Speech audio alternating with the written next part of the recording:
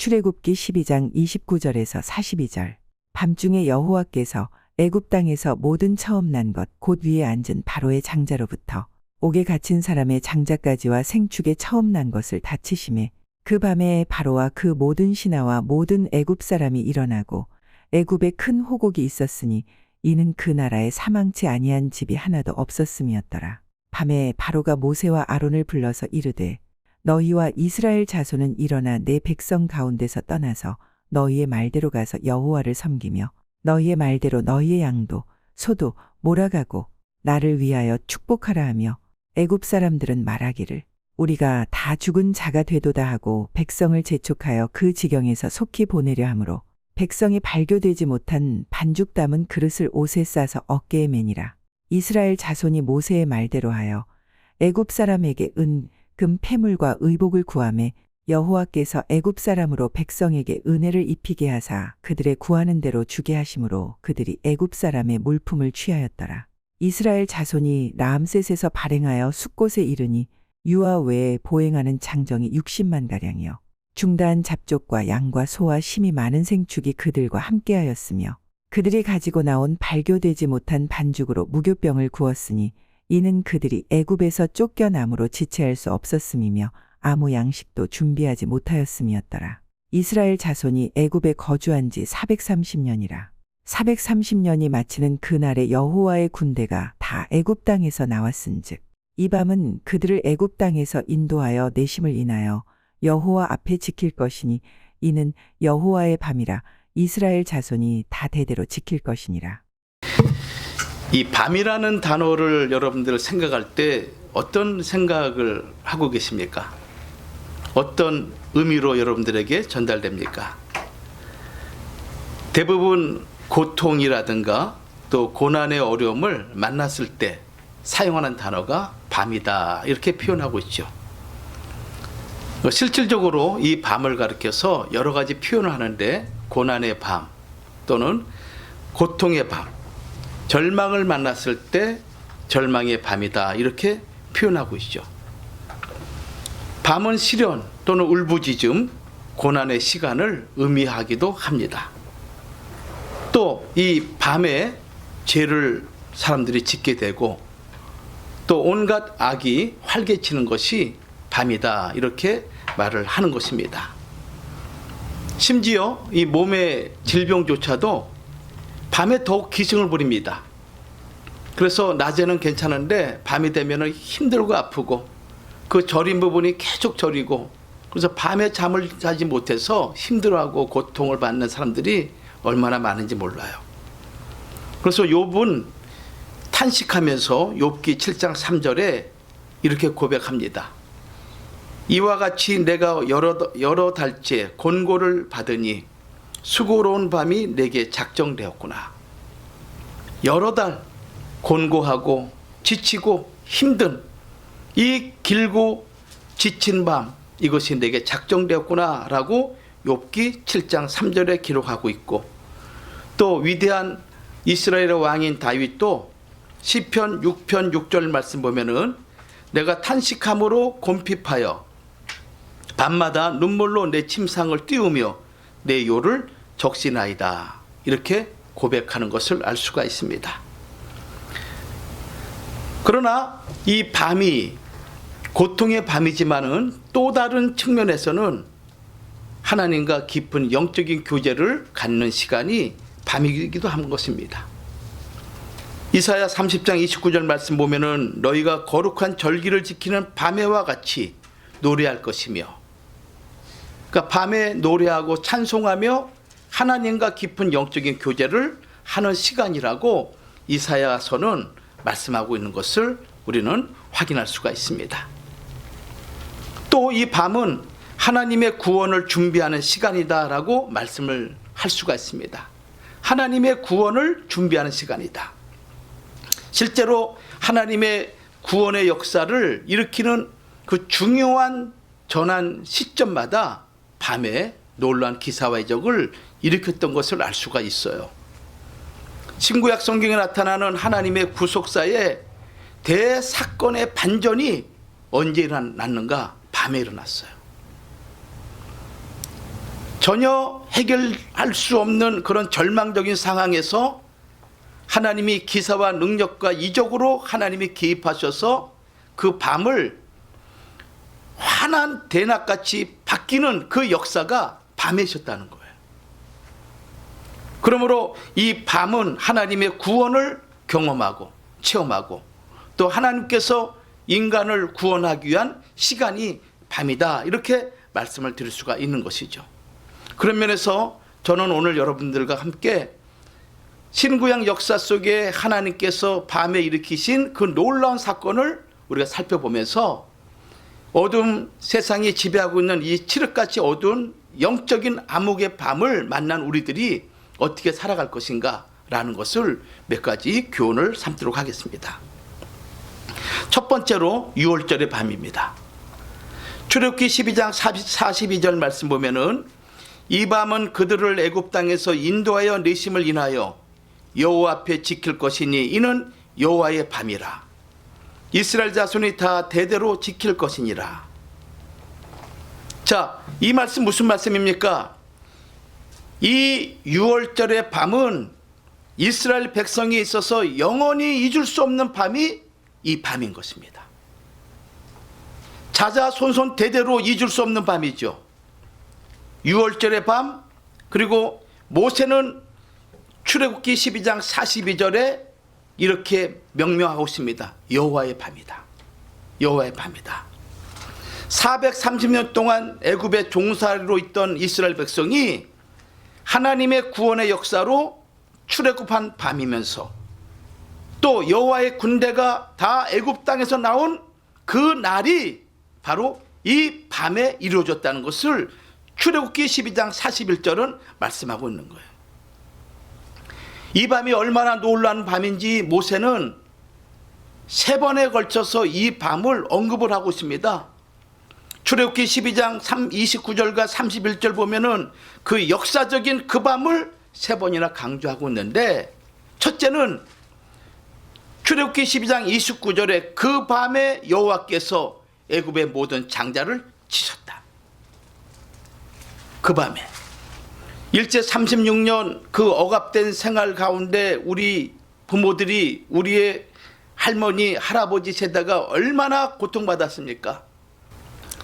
이 36년의 고난 동안 자기 말도 표현하지 못하고 자기의 글도 쓰지 못하고 자기의 사상과 자기의 그런 모든 것들을 마음대로 표현할 수 없는 그런 억압된 칠흑같이 어두운 밤이 36년의 기간 아니었어요?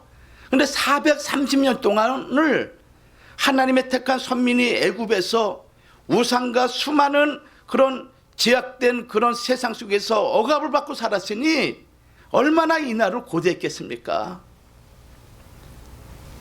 그 표현을 밤중에 여호와께서 애굽의 모든 장자를 치셨다라고 모세는 언급을 하고 있는 거예요. 두 번째는 출애굽기 12장 30절에 그 밤에 애굽에 큰 호곡이 있었다. 호곡, 애통의 소리가 있었다는 것입니다.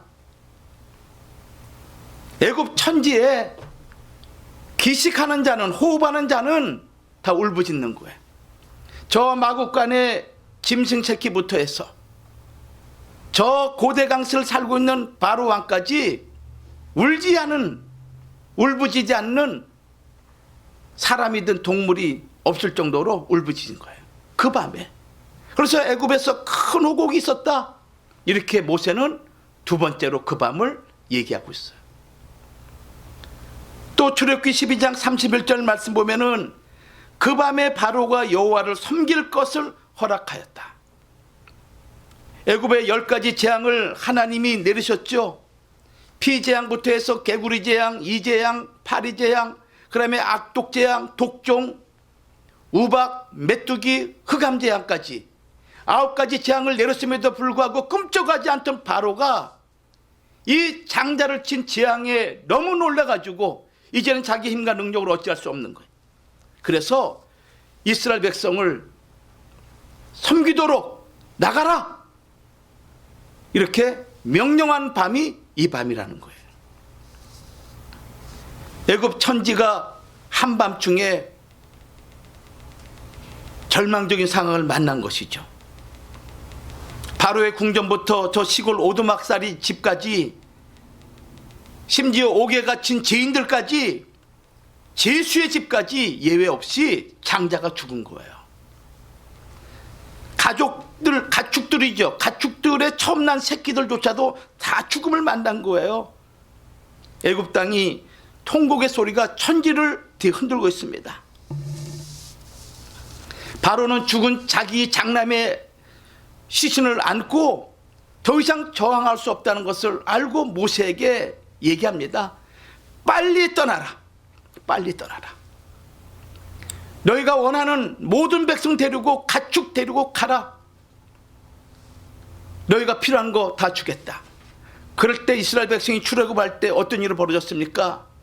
430년 동안 노동하고 일하고 제대로 임금 받지 못했던 것을 달라고 요청할 때마다 애굽 사람들이 하나님의 은혜를 부어주시니까 은금 폐물을 다 주어가지고 출애굽한 거예요. 그 출애굽한 그 은금, 출애굽할 때 갖고 난 은금 폐물을 가리켜서 이걸 가지고 성막을 짓고, 그리고 하나님의 놀라운 그런 영광을 나타내는 거 아니겠습니까? 이 밤을 아비벌, 유대 달력으로는 니산월 1월 14일, 정월달이죠. 아비벌, 니산월 1월달 얘기하고 있습니다. 정월 14일 저녁이었어요.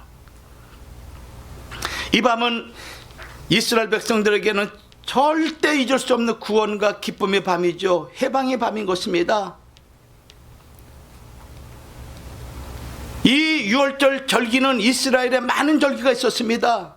6월절, 맥추절, 장막절, 그 다음에 대속제일, 나팔절, 불임절, 많은 절기가 있었는데 이 6월절 절기만 밤에 지키는 절기예요. 6월절 절기만 밤에 지키는 절기인 것입니다. 만약에 이 밤이 없었다면 이스라엘 민족은 역사 속에 영원히 존재할 수 없는 밤이죠. 이 밤이 있음으로 말미암아 노예와 그리고 종과 같이, 짐승과 같이 살아가던 그들이 역사 속에 햇빛같이 드러나고 세계 역사 속에 하나님의 영광을 위해서 쓰임받는 민족으로 탄생한 밤이 6월절의 밤인 거예요.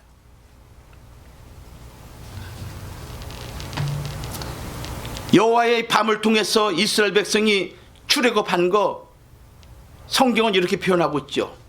세상적으로는 애굽에 있는 왕과 신민들은 자기들의 종과 노예로 생각했지만은 하나님께서는 그들을 내 장자다. 할렐루야. 아멘. 세상 사람들이 우리를 어떻게 보든지 간에 하나님이 우리를 볼 때는 하나님의 장자야. 그러므로 하나님은 당신의 천군 천사를 동원해서 우리를 지키시는 거야. 출애굽기 4장 22절에 기록되어 있지 않습니까? 하나님의 장자다. 사단 마귀의 지배 아래서 벗어난 하나님의 장자들. 또 출애굽기 12장 51절은 장차 영원한 하나님의 나라를 예표하는 가나안 땅을 점령하는 여호와의 군대로 표현하고 있는 거예요. 이들은 여호와의 군대야. 나의 장자인과 동시에 장차 영원한 하나님의 나라를 유업으로 받을 그 나라를 회복할 하나님의 위대한 여호와의 군대다. 그래서 우리를 가리켜서 십자가의 군병이라고 우리가 말하고 있지 않습니까? 그래서 구약 성경에 최대의 구원 사건이 있다면은 1월 14일 밤에 이루어진 여호와의 밤, 6월절 사건인 것입니다. 그래서 하나님은 이 밤을 이스라엘 민족에게 대대로 잊지 말라고 말씀하고 있는 것입니다. 대대로 잊지 말라고. 그리고 여호와의 밤이라는 이 말씀은 성경 전체에 단 한 번, 출애굽기 12장 42절에 한 번 나옵니다. 한 번 나와. 그리고 이 밤을 기점으로 해서 새로운 민족이 탄생하게 되죠. 세상 역사가 새롭게 쓰여지고 있는 것입니다. 지금까지 감추었던 하나님의 백성이 역사 속에 등장하게 된 사건이요, 하나님의 구속의 섭리가 세상에 드러나는 거룩한 밤이죠. 사단의 나라에 대한 하나님의 승리를 말씀하고 있는 놀라운 말씀이 이 밤에 일어난 것이에요. 성도 여러분, 이러한 상황은 오늘날 우리에게 그대로 적용됩니다. 성도들이 제약된 세상에서 살아가는 동안에 여러 가지 영적인 면에서 핍박을 받고 고난을 당하고 때로는 원치 않는 질병과 고난 속에서 힘들어하죠. 그러나 실상 이것은 사단의 세력과 끊임없이 싸우는 영적인 그런 전투를 할 수 있습니다. 다수의 어둠의 권세가 성도들을 짓누르고 억압하고 이 모양 저 모양으로 우리를 힘들게 하지만은, 그러나 분명한 사실은 이 싸움은 승리가 보장된 싸움인 것입니다. 아멘. 여러분들 세상 살아가는 동안에 경제적으로 육신적으로 또 자녀 때문에 근심하고 있지만은 이 궁극적인 이 싸움의 승리는 하나님의 승리로 결정된 것입니다. 아멘. 그 사실을 믿으시기 바랍니다. 아멘. 하나님의 역사심이죠. 그러니까 낭망하지 말라는 얘기입니다. 아멘. 낭망하지 말라는 얘기입니다. 돈이 있다고 해가지고 마음 편하겠습니까? 제가 누누이 얘기하고 있지 않습니까? 세상에 있는 많은 권세와 명예를 갖고 있다 할지라도 하나님 앞에는 그저 안개와 같고 티끌과 같은 것입니다. 두 번째는 예수 그리스도의 탄생의 밤입니다.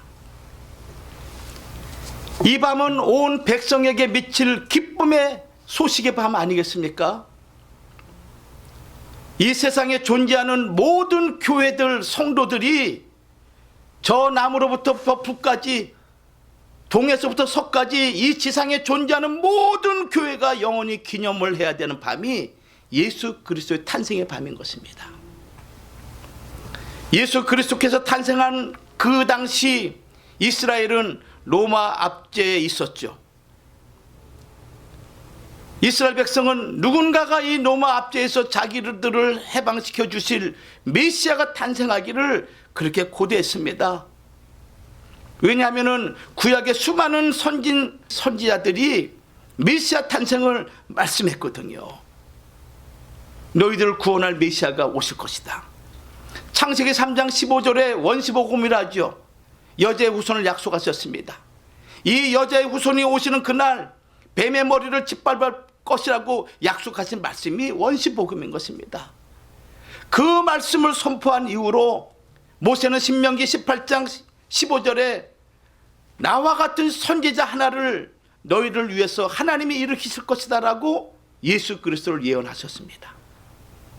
미가서 5장 2절은 유다 족속, 그 족속 베들레헴에서 이스라엘을 다스릴 자가 탄생할 것을 예언했습니다. 그분의 근본은 상고의 태초라고 말씀하고 있죠. 이사야 9장 6절과 7절 말씀 보면은 한 아기를 우리에게 낳고 한 아들을 우리에게 주신 바 되었는데 그 어깨는 정사를 메었고 그 이름은 기묘자요 모사요 전능하신 하나님이라 영존하신 아버지라 평강의 왕이시라 이렇게 말씀하고 있는 거예요. 이렇게 수많은 선진 선열들이 주님의 탄생을 예언한 거예요. 그래서 요한복음 5장 39절 말씀 보면 예수님이 말씀하고 있지 않습니까? 너희가 영생을 얻는 줄 알고 성경을 상고하거니와 이 성경은 나에 대해서 증거했다. 이렇게 말씀하고 있는 것입니다. 그러나 대다수의 유대인들은 예수님이 평화의 왕으로 하나님의 나라를 다스릴 왕으로 오시는 주님으로 영접을 해야 되는데 그들은 그렇게 하지 못했어요. 정치적인 왕으로 그들은 원했고 이해를 했던 것입니다. 예수님이 탄생할 당시 여러분들 마태복음 2장 1절과 5절까지 말씀 보십시오. 동방 박사들이 와서 헤롯 왕에게 예수의 탄생을 물을 때 그 당시에 있었던 모든 대제사장들과 백성들의 서기관들이 뭐라고 얘기했습니까? 유다 베들레헴에서 예수님 메시아가 탄생할 것을 그들 스스로 고백을 했습니다. 그런데 그 구약에서 메시아를 그렇게 기다렸던 그 이스라엘 백성 지도자들 백성들 중에 누가 예수님을 찾아가서 메시아로 영접했습니까? 동방박사 세 사람, 또 그 밤에 양을 치는 목자들, 그들 외에 누가 예수님을 메시아로 찾아갔습니까? 마태복음 2장 4절과 5절 말씀 보면은 서기관들과 대제사장은 예수님이 유다 땅 베들레헴에 탄생할 것을 그들 입으로 고백을 하고 있습니다. 그럼에도 불구하고 여러분들 4014년 동안 예수를 메시아를 기다렸다면은 그 얘기를 누군가 했다면은 그래도 한번 혹이라도 찾아가는 것이 자세가 아니겠습니까? 찾아가지 않은 거예요. 그것이 바로 그 시대를 살아가는 믿는 자들의 자세인 것입니다. 여러분 오늘날도 마찬가지입니다. 오늘날도 아무리 주의 복음이 선포되고 말씀이 선포된다 할지라도 그냥 지나가는 것입니다. 그냥 아무렇지도 않은 것 같이 지나갑니다. 서기관들에게 있어서 예수님의 탄생은 아주 냉담하기 짝이 없는 그 밤이었고, 헤롯 왕이라는 사람은 예수를 죽이려고 음흉한 마음을 갖고 있었고, 예루살렘에 살고 있는 그 성의 사람들은 소동을 일으켜서 난리 법석을 일으킨 그 밤이었습니다. 그러나 하나님에게는 하나님이 작정하신 그 밤이었어요. 예수 그리스도의 탄생한 그 밤 어떤 일이 벌어졌습니까? 역사의 전환점을 이룬 밤이죠. BC와 AD로 갈라지는 밤이었어요. 기원 전과 기원 후로 갈라지는 분기점이 된 밤이었어요. 세상 역사의 연도를 세는 기준을 새롭게 하는 밤이 그 밤이었습니다. 예수님의 탄생을 역사적으로 사실임을 증명하는 그런 내용 아니겠습니까? 그래서 성탄을 가리켜서 진리 계시의 최고봉이다. 진리 계시의 최고봉이다.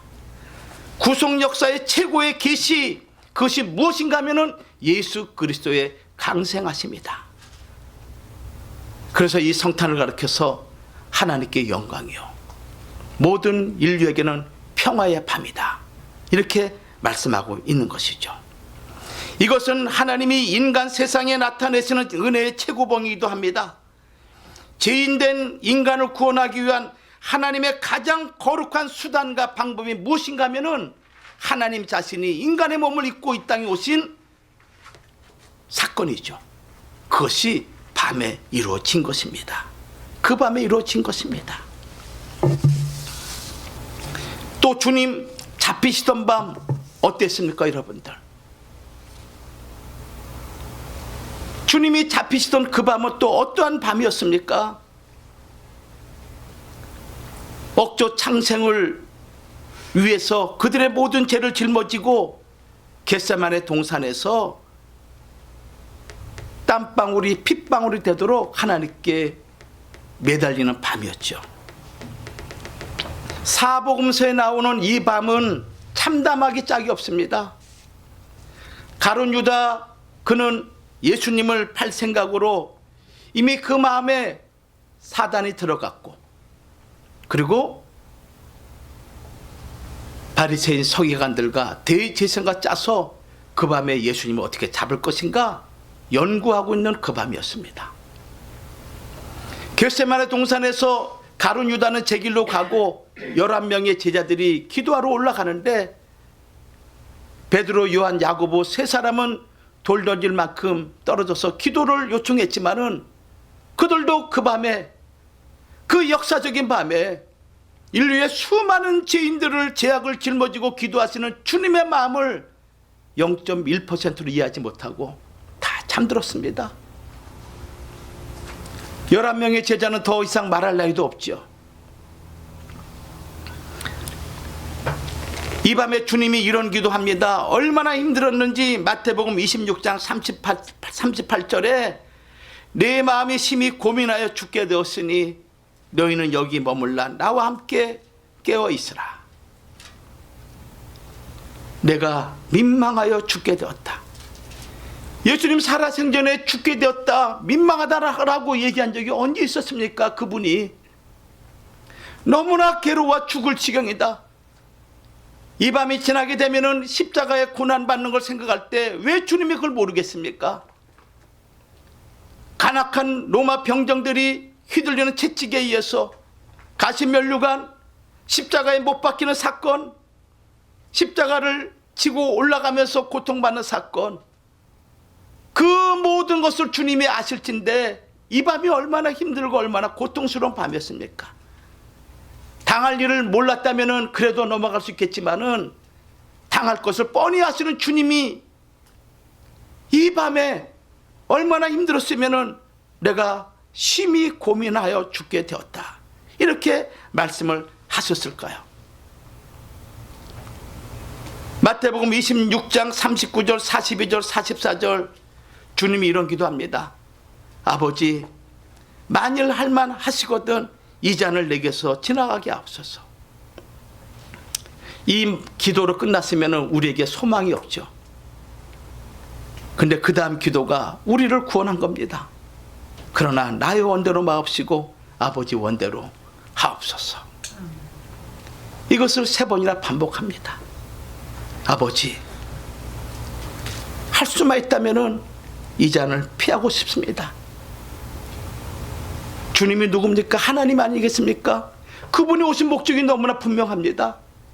그럼에도 불구하고 이 십자가의 고난이 얼마나 괴롭고 힘든지 할 수만 있다면, 피할 수만 있다면 피하고 싶은 거예요. 그러나 내 원대로 마옵시고 아버지 원대로 되기를 원합니다. 그러면서 기도할 때 얼마나 예수님이 힘드신지 사자가 하늘로부터 예수님께 오셔서 예수님을 도와주시는데, 이 힘을 가지고 예수님은 힘쓰고 애써 더욱 간절히 기도하시니 땀방울이 핏방울 같이 되었다. 이렇게 누가복음 22장 43절과 44절에 기록하고 있습니다.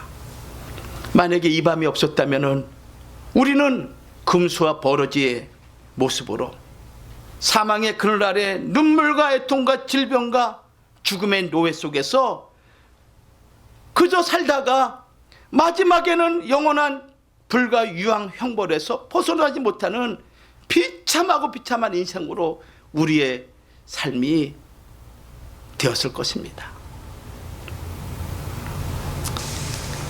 이 밤을 통해서 우리에게 구원을 주신 밤인 것입니다. 이렇게 하나님의 놀라운 역사는 우리에게는 너무나 힘들고 고통스럽지만은 그러나 밤에 이루어지는 거예요. 성도 여러분, 여러분들 마찬가지입니다. 내가 밤을 만났다, 내가 힘들다, 내가 절망이다, 고통이다 할 때 그 순간 하나님이 개입하고 계심을 믿으시기 바랍니다. 내가 믿음으로 땡기고 믿음으로 그것을 바라보고 믿음으로 하나님께 더욱더 가까이 나가는 그 순간 하나님의 구원의 역사가 나타난다는 거예요. 3번째 밤이 있죠. 최후 심판의 밤입니다. 예수 그리스도의 재림의 밤이죠. 이 밤은 유대인이나 이방인이나 예수 그리스도를 나의 구주로 또 예수님을 우리에게 보내신 하나님 아버지를 믿는 모든 백성들에게는 고대하는 밤입니다. 고대하는 밤이야. 주님의 재림의 밤이죠. 선과 악이 나누어지는 밤인 것입니다. 의인과 악인이 갈라지는 밤인 것입니다. 믿음으로 생명을 다해 충성한 성도들에게는 영광의 면류관을 받는 밤이요, 어린 양의 혼인잔치에 참여하는 기쁨의 밤이지만 그러나 악인에게는 불과 유황의 심판이 있는 밤인 것입니다. 이때 상황을 마태복음 25장 1절에서 13절에 10처녀의 비유를 통해서 우리에게 말씀하고 있습니다. 마태복음 25장 5절과 7절 말씀 보면은 신랑이 더디옴으로 다 졸며 잘세. 주님 말씀하기를, 주님이 10처녀의 비유를 통해서 우리에게 말씀하시는데, 신랑 되시는 예수님 자신이 그때 오게 되면 그때 상이 어떤 상이냐? 다 졸며 잔다. 밤중에 소리가 나되 보라 신랑이로다, 맞으러 나오라 하매 이에 그 처녀들이 다 일어나 등을 준비할세라고 밤에 올 것을 마태복음 25장은 말씀하고 있는 거예요. 그 밤이 어떤 밤입니까? 물리적인 이런 밤을 얘기하고 있는 것입니까? 영적으로 밤이라는 것입니다. 영적인 밤이에요. 죄악이 간영하고 강포와 폐역이 가득한 그때 주님이 오신다는 것입니다. 마태복음 25장 6절에도 밤중에라고 이렇게 표현하고 있습니다. 주님 재림 때의 영적인 상태가 어떠한 상태인가라는 것을 보여주는 그 단어가 밤중이다, 이렇게 말씀하고 있는 것이죠. 밤중이다. 은혜가 떠나가면요, 여러분들 밤중이 됩니다. 하나님의 말씀을 잊어버리게 되면 그 순간 여러분들 밤을 만나는 것입니다. 하나님의 성령의 거룩함으로 여러분들 충만함을 힘있지 않는 상태는 밤을 만난 겁니다. 자기는 대낮에 밝은 가운데 거한 것 같지만은 그 심령은 밤인 것입니다.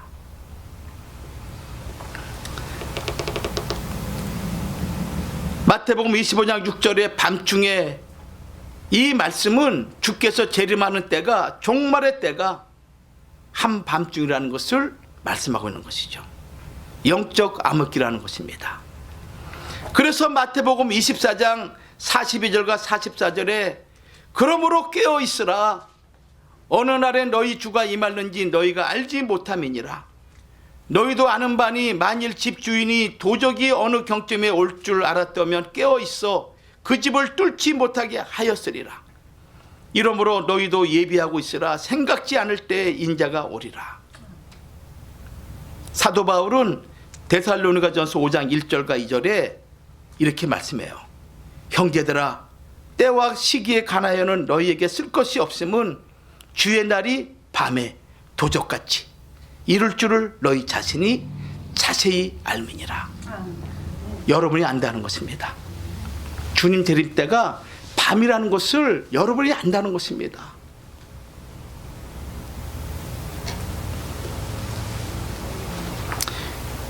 이 열처녀의 비유에 두 가지 종류의 사람이 나오죠. 슬기로운 여자와 미련한 여자 5명이 나옵니다. 5명씩 10명이 나옵니다. 주목할 것은 숫자에 대한 의미보다 주의 재림을 기다리는 교회 안에 슬기로운 여자와 미련한 여자가 같이 공존해 있다는 것입니다. 여러분들 잘 기억하십시오. 여기 미련한 여자는 무엇을 얘기하고 있습니까? 우둔하고 얼빠진 여자들을 가리키고 있습니다. 여기 여자라 그래서 진짜 여자만을 얘기하고 있는 것입니까? 신랑 대신 예수님 한 분이십니다. 모든 성도는 신령한 신부인 것입니다. 어리석은 처녀들의 행태를 강조하는 말이죠. 슬기로운 처녀는 지혜롭고 준비성 있는 여인을 말하고 있어요. 선악을 분별할 수 있는 영적인 지혜가 있는 여인을 말하고 있는 것입니다. 그래서 자신의 행동을 스스로 조절해 나가며 자기 자신을 이기고 죄악을 이기고 세상을 이기는 그런 성령의 능력에 사로잡혀 있는 거룩한 성도들을 슬기로운 여자라고 이렇게 표현하고 있는 거 아니겠습니까? 실로 미련한 자와 슬기로운 자는 겉보기에는 동일합니다. 처녀 이름에도 동일하고, 그리고 등을 가짐에도 동일하고, 그 밤에 피곤해서 잠을 들고 있는 그런 상태도 다 동일한 것입니다. 오늘 교회를 보면은 모두가 신실한 신부같이 보입니다. 여러분 모두가 그렇게 보이죠? 저도 그렇게 보입니다. 그러나 신랑이 오게 되면은 그들의 감춰진 내면이, 그들의 감춰진 마음이, 그리고 신앙의 진실성 여부가 다 노출된다는 것입니다. 여러분들은 어느 쪽에 있는 신부들입니까? 마태복음 25장 7절과 10절, 이에 그 처녀들이 다 일어나 등을 준비할세 미련한 자들이 슬기는 자들에게 이르되 우리 등불이 꺼져가니 너희 기름을 좀 달라 하거늘. 얼마나 어리석습니까? 얼마나 많은 기회가 있었습니까?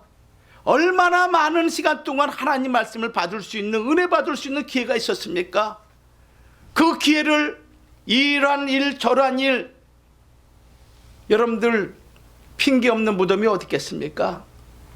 그러나 지나고 보면은 다 아무것도 아닌 것입니다. 지나고 나면 다 후회할 일인 것입니다.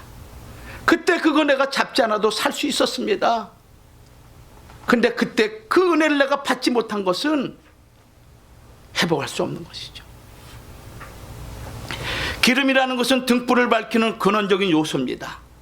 신랑이 오실 때 등을 들고 나가 신랑을 맞이하기 위해서는 기름이 있어야 되는데 기름이 떨어졌으니 어떻게 신랑을 맞이할 수 있겠어요? 잠언 20장 27절에 사람의 영혼은 여호와의 등불이라고 말씀하고 있습니다. 그 등불을 밝히는 것은 하나님의 말씀인 것입니다. 사람의 영혼은 여호와의 등불이라 사람의 깊은 속을 살피느니라. 또 잠언 6장 23절은 이렇게 분명히 말씀하고 있는데 대저 명령은 등불이요 하나님의 말씀은 등불이다. 법은 빛이요 우리에게 주신 율법과 규례와 하나님 말씀 이것은 빛이다. 훈계와 책망은 곧 생명의 길이라 이렇게 말씀하고 있죠. 또 시편 109편 105절 말씀 보면은 주의 말씀은 내 발의 등이요 내 길의 빛이니이다 이렇게 말씀하고 있습니다. 하나님의 말씀은 어두운 밤길을 밝혀주는 햇불이나 등잔불 같은 것이에요. 그런데 미련한 처녀는 기름을 준비하지 못했어요. 기름을 준비하지 못했어요.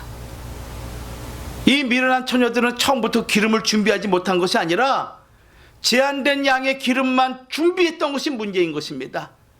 이 정도면 됐지 뭐. 내가 이 정도 교회 충성하면 됐지. 내가 이 정도 교회에 봉사하면 됐지 뭐 얼마나. 이런 마음을 가진 거예요.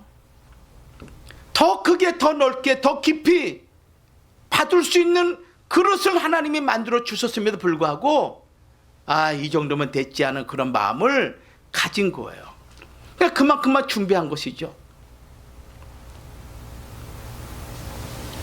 주님께서 책망하신 것은 한 가지입니다. 기름을 준비하지 않은 일. 이거에 대해서 책망하신 거예요. 다른 것을 가지고 책망하지 않았습니다. 그래서 아모스 선지자가 종말과 관련해서 이런 말씀하고 있지 않습니까? 아모스 8장 11절과 12절 말씀 우리 다 같이 한번 찾아봐요. 아모스 8장 11절과 12절 말씀.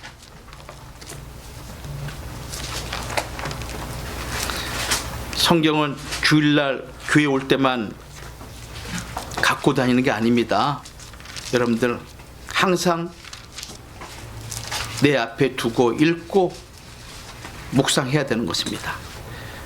1283쪽이 됩니다. 1283쪽 구약 우리 11절 13절까지 말씀인데 우리 같이 한번 읽어보도록 하죠.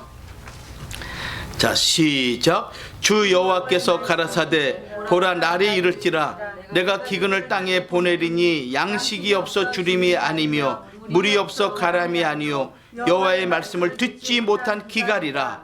사람이 이 바다에서 저 바다까지 북에서 동까지 비틀거리며 여호와의 말씀을 구하려고 달려 왕래하되 얻지 못하리니 그날에 아름다운 처녀와 젊은 남자가 다 갈아여 피곤하리라. 하나님 말씀이에요. 영적 기근이 오게 되는데 마지막 때 그때 어떤 일이 벌어지냐면은 양식이 없어 먹지 못함이 아니라는 것입니다. 물이 없어 갈급함이 아니라는 거예요. 여호와의 말씀을 듣지 못하는 기갈이다. 하나님 말씀을 듣지 못하는 기갈이다.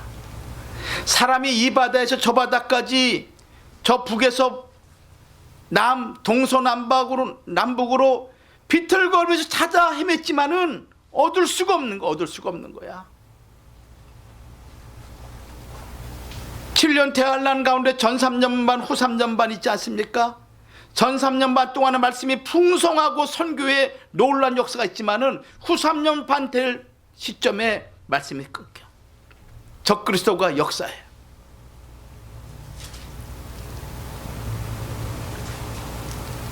그날의 아름다운 처녀와 젊은 남자가 다 피곤한다. 성도 여러분, 하나님의 백성에게 가장 큰 은혜는 하나님 말씀을 들을 수 있는 것입니다. 이거 마치 더 큰 은혜가 없습니다. 돈은 있다가도 없을 수 있습니다. 명예도 권력도 잠시 잠깐입니다. 그러나 하나님의 은혜는 영원합니다. 아멘. 하나님 말씀을 들을 수 있다는 것, 이것처럼 감사한 일이 없습니다. 말씀을 들을 때마다 하나님의 임재를 깨달을 수가 있습니다. 그러나 하나님의 백성이면서도 하나님의 말씀을 들을 수 없다는 것은 비극이죠. 말씀이 없다는 것은 하나님이 떠났다는 그런 의미인 것입니다. 결론 맺습니다. 여러분들, 데살로니가전서 5장 3절 말씀 보면 이런 말씀이 있어요. 평안하다 안전하다 할 그때 잉태된 여자에게 해산 고통이 이름과 같이 멸망이 호련히 저에게 이르리니 결단코 피하지 못하리라. 그러면서 깨어서 항상 인자 앞에 있도록 기도하라. 이렇게 누가복음 21장 36절은 말씀하고 있어요. 여러분들, 주의 재림의 밤이 되게 되면은 두 가지 부류로 나눠지게 돼요. 이 땅에 있는 모든 자들은 통곡하는 밤이지만은 구원받는 백성에게는 기쁨과 즐거움의 밤이 된다고 말씀하고 있는데, 계시록 18장 20절 말씀 보면은 하늘과 성도들과 사도들과 선지자들아 그를 인하여 즐거워하라. 하나님이 너희를 신원하시는 심판을 그에게 하셨음이라 하더라. 여기 뭐라고 말씀하셨어요? 하늘과 성도들과 선지자들과 그리고 사도들 다 기뻐하라, 이렇게 말씀하고 있는 거예요. 근데 반면에 이 땅에 바벨론 이 문화 속에 살아가고 있는 모든 사람들, 땅에 거하는 자들, 그들에게는 세 가지 통곡이 있다라고 계시록 18장은 말씀하고 있어요. 땅의 왕들이 통곡합니다.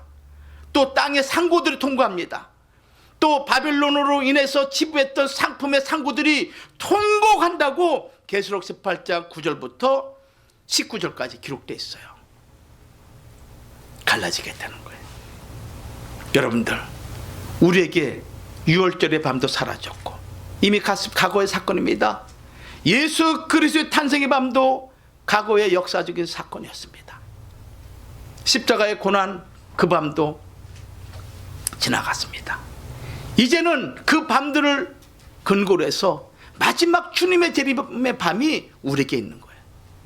이 밤을 여러분들 졸며 지내지 마시고 깨어서 주님을 사모하며 주의 재림을 기다리는 거룩한 성도들 되기를 주의 이름으로 축원합니다. 아멘. 기도하겠습니다. 살아 역사하신 아버지 하나님, 은혜를 감사합니다. 지난 한 주간 동안도 주 안에서 우리를 인도하시고 또 귀한 주일날 맞이해서 주 앞에 나와 예배드리게 하신 하나님, 바라고 낚이는 주님 오시는 그날까지 늘 깨어서 준비하며 복음 전하는 일에 열심을 다하는 주의 백성들로 우리를 세워 주시옵소서. 아버지 하나님, 바라고 낚이는 말씀과 평생에 동행하는 성도로 삼아 주시옵시며, 비록 우리가 살아가는 동안에 밤을 만난다 할지라도 그 밤이 하나님을 더욱더 가까이 하며 하나님과 동행하며 하나님의 임재를 경험하는 그런 축복의 밤임을 기억하며 더욱더 하나님께 기도로 나아가는 주의 백성 되도록 축복하여 주시옵소서. 아멘. 그래, 우리 가정과 우리 삶의 어떠한 문제라도 밤을 만났다는 그 순간에 새로운 강명의 역사가 있음을 믿고 기도하면서 해결받는 귀한 권속들 세워 주시옵소서. 될 줄로 믿사옵고 예수 그리스도 이름 받들어 감사하며 기도 올리옵나이다. 아멘.